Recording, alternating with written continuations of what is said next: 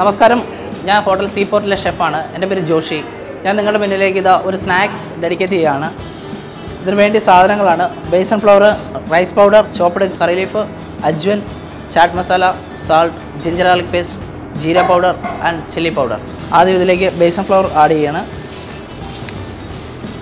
ഒരല്പം rice powder എന്ന് പറഞ്ഞാൽ ക്രിസ്പി ആകാൻ വേണ്ടിയിട്ടാണ് റൈസ് പൗഡർ നമ്മൾ യൂസ് ചെയ്യുന്നത്, അല്ലെങ്കിൽ സോഗിയായി പോവും.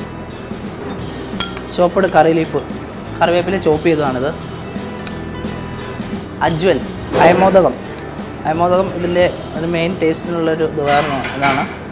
അടുത്തത് സാൾട്ട്, ഒരല്പം ജിഞ്ചർ ഗാർലിക് പേസ്റ്റ്, ഒരല്പം ചാറ്റ് മസാല, അല്പം ജീര പൗഡർ, ചില്ലി പൗഡർ. നമുക്കിത് വെള്ളം ഒഴിച്ചൊന്ന് മിക്സ് ചെയ്യാം.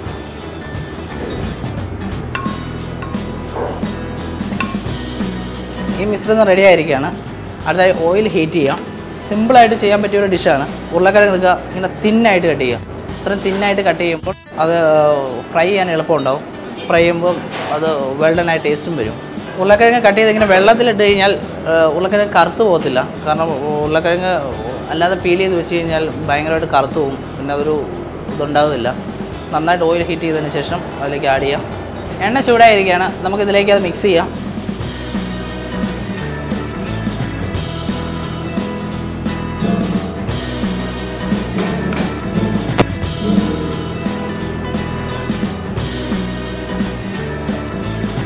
കൊച്ചു കുട്ടികൾ മുതൽ മുതിർന്ന ആൾക്കാർ വരെ ടേസ്റ്റ് ചെയ്യുന്നൊരു ഡിഷാണിത്.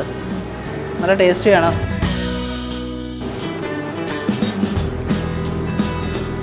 ഒരു സൈഡ് വെൽഡൺ ആയിട്ടുണ്ട്. മറിച്ച് കൊടുക്കുന്നത് ഓയിൽ കറക്റ്റ് ഹീറ്റിൽ കിടന്നില്ലെങ്കിൽ ഓയിൽ പിടിക്കും. അത് കറക്റ്റ് ആ ഒരു മീഡിയം ടൈപ്പ് റേഞ്ചിൽ ഓയിൽ വെച്ചിട്ട് വേണം അത് ഫ്രൈ ചെയ്യാനായിട്ട് ഇടാൻ. ഇത് റെഡി ആയിട്ടുണ്ട്. നമുക്കതൊരു പാത്രത്തിലേക്ക് കോരി മാറ്റാം. നമുക്ക് സെറ്റ് ചെയ്ത് വെച്ചിരിക്കുന്ന പ്ലേറ്റിലേക്ക് അത് മാറ്റാം.